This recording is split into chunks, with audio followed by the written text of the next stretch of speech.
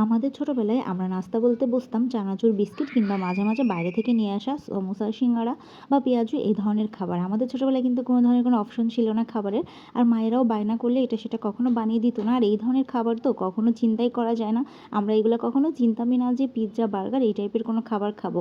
আর আমাদের মায়েরা যখন ক্ষুধা লাগলে বলতো ঘরে যা আছে সেটাই খেয়ে নে।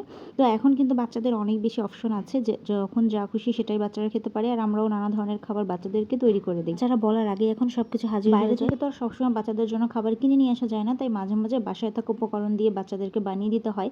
আজকে বাচ্চারা খাবে বার্গার, তাই তো ঘরে থাকা উপকরণ দিয়ে আজকে আমি বার্গার বানিয়ে দিব ওদেরকে। আমি যেভাবে তৈরি করে দিই সেটাই আপনাদের সঙ্গে শেয়ার করছি। এটা কিন্তু বাচ্চাদের টিফিনেও দেওয়া যায়। তো প্রথমে এখানে আমি হাড় ছাড়া মুরগির মাংস নিয়েছি, কিউব করে কেটে তারপর ব্লেন্ড করে নিয়েছি একটু ভালো মতো করে। এরপর আমি কিছু মশলা এখানে অ্যাড করে দিচ্ছি। প্রথমে দিয়েছি গোলমরিচের গুঁড়া, তারপর লবণ, সয়া সস দিয়েছি, একটু আদা রসুন বাটা দিয়েছি, আর সবার লাস্টে একটু পেঁয়াজ কুচি করে দিয়ে দিয়েছি। কাঁচামরিচ আমি ব্যবহার করিনি, কারণ এখানে আমি একটু সামান্য কাবাব মশলা ব্যবহার করেছি।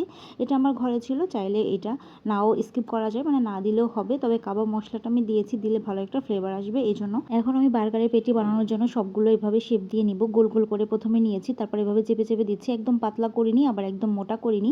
এভাবে আমি সবগুলো বানিয়ে নিব। তো আমার যতটুকু মাংস ছিল আর কি, কিমা ছিল, তার মধ্যে দিয়ে আমার 6টা হয়েছে। 6টার মতো পেটি হয়েছে। এটা দিয়েই আমি আজকে বার্গার তৈরি করব 6টা। আর আমি ছোট সাইজের বার্গার বানাবো, মানে একদম ছোট না, একটু মিডিয়াম সাইজের।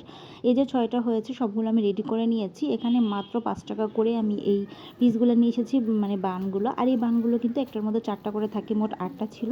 আর আমার 8টা হয়নি, 6টা হয়েছে, তো আমি 6টাই বানাবো। আর বেশি বড় সাইজও ছিল না, বাচ্চারা ইজিলি খেতে পারবে। তো এখানে আমি একটু দিয়ে দিলাম প্যান গরম করে, সামান্য আগে একটু সয়াবিন তেল দিয়েছিলাম, এরপর আমি একটু বাটার দিয়েছি। বাটার দিলে খুবই ভালো একটা ফ্লেভার আসবে। তারপরে সবগুলো বার্গারের পেটি আমি দিয়ে দিব, একটু হালকা করে এগুলোকে ভেজে নিব। বেশি কড়া করে মানে ভাজতে হবে না, একটু হালকা মিডিয়াম আছে এগুলোকে ভেজে নিতে হবে। সময় নিয়ে ভেজে নিয়েছি। তো প্রথমে এক সাইডে ভাজা হয়ে গিয়েছে, তারপর আমি অন্য সাইডে উল্টে নিয়েছি। আর এইগুলো অনেক কড়া করে কিন্তু আমি ভাজিনি, দেখতে পাচ্ছেন আমি কিভাবে এটা ভেজে নিয়েছি। তো সবগুলো ভাজা শেষ, এখন আমি তুলে নিব। প্রথমে এক ব্যাচে 4টা ভেজেছি, তারপর আবার 2টা ভেজে নিয়েছি।